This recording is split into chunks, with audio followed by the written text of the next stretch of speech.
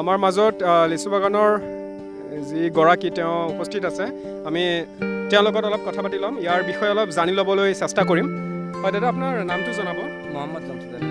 হয় আপোনাৰ আমাক জনাব পাৰিব নেকি যে এই লিচু বাগানটো কিমান বছৰ পুৰণি মিনিমাম আমি জানাত 80 বছৰমান হৈছে 80 বছৰ মানে 80 বছৰৰ পৰা ধৰকচোন মানুহ অহা যোৱা হৈ আছে লিচু কিনা বেচা হৈ আছে হয় তো এইটো লিচুখিনি মানে ইয়াত কিমান জেগা লৈ পেলাই এইটো বাগানটো হৈছে 30 বিঘা মাটি আছে 30 বিঘা মাটি আচ্ছা তো ইয়াৰ কি ধৰণৰ লিচু ইয়াত মানে আছে গছ প্ৰায় 6-7 দিনৰ আছে এটা বম্বাই আছে পাৰ পিছ মোটামুটি যোৱাবাৰ 25 টকা পিছ দিলোঁ এবাৰ কৰোণাৰ কাৰণে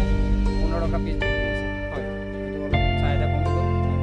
প্লাছ বিলাতী লিচু এটা আছে মোটামুটি আমি যোৱাবাৰ 15 টকা বেচিছিলোঁ এবাৰ 10 টকা 12 টকা বেছি বিক্ৰী হৈছে হয় হয় আৰু এটা বিট আছে ইলাইচি বুলি কয় হয় আৰু এটা লোকেল লিচু আছে তাৰ নাম আপোনাৰ চাহি বুলি কওঁ আমি এনেই নৰ্মেল এইটো 2 টকা 2.5 টকা বিক্ৰী হৈছে আৰু পিয়াজি লিচু এটা আছে যিটো আপোনালোকে বৰ্তমান হেৰি কৰি আছে এইটো লিচু মোটামুটি 4 টকা পিছ আৰু দাদা ইয়াত ক'ৰ পৰা মানুহ লিচু কিনিবলৈ বা খাবলৈ বা উপভোগ কৰিবলৈ আহে ইয়াৰ সোৱাদবিলাক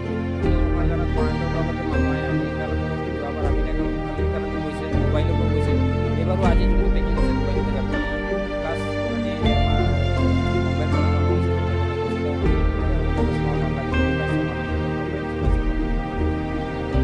আপোনালোকে শুনিব পাইছে যে আজি কোনোবা এজন ব্যক্তি আহিছিলে অমিতাভ বচ্চনৰ লাগে বুলি কৈছে চ' সঁচাকৈ এইটো আমাৰ কাৰণে এটা গৌৰৱৰ কথা যে আমাৰ অসমৰ বিশেষকৈ তেজপুৰৰ বাগানৰ পৰা লিচু বাহিৰলৈ ৰপ্তানি হয় এনেকৈ আমেৰিকা বুলি ক'লে তেওঁ ডুবাই বুলি ক'লে মুম্বাই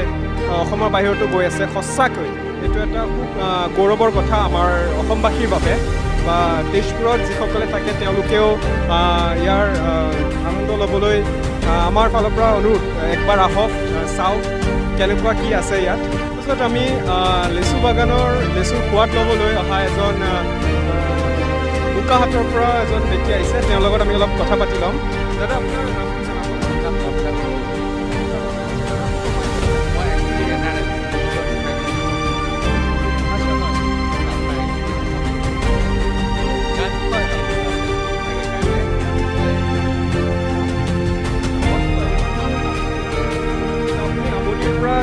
মানে লিচু সোৱাদ ল'বলৈ আহিছে হয় হয় তো আপোনালোকে চাব পাৰিছে যে বহুত দূৰৰ পৰা ইয়াত আমাৰ তেজপুৰ লিচু বাগানত লিচুৰ সোৱাদ ল'বলৈ বহুকেইজন এনেকৈ ব্যক্তি আহি আছে সদায় এওঁ মাত্ৰ আহিছে নুমলীগড় ৰিফাইনেৰীৰ পৰা আৰু এনেকৈ ধৰণৰ বহু ব্যক্তি সকলো আহি থাকে যেনেকৈ অলপ আগতে মই কৈ গৈছোঁ যে বাহিৰতো আমাৰ ইয়াৰ লিচু ৰপ্তানি হয় আপোনালোকে আহক ইয়াৰ সোৱাদখিনি ল'বলৈ আমাৰ তেজপুৰ লিচু বাগানত মই সত্যদেৱ কেমেৰা পাৰ্চন সৌৰভ ছাৰৰ সৈতে নৱপ্ৰহৰ লাইভ তেজপুৰ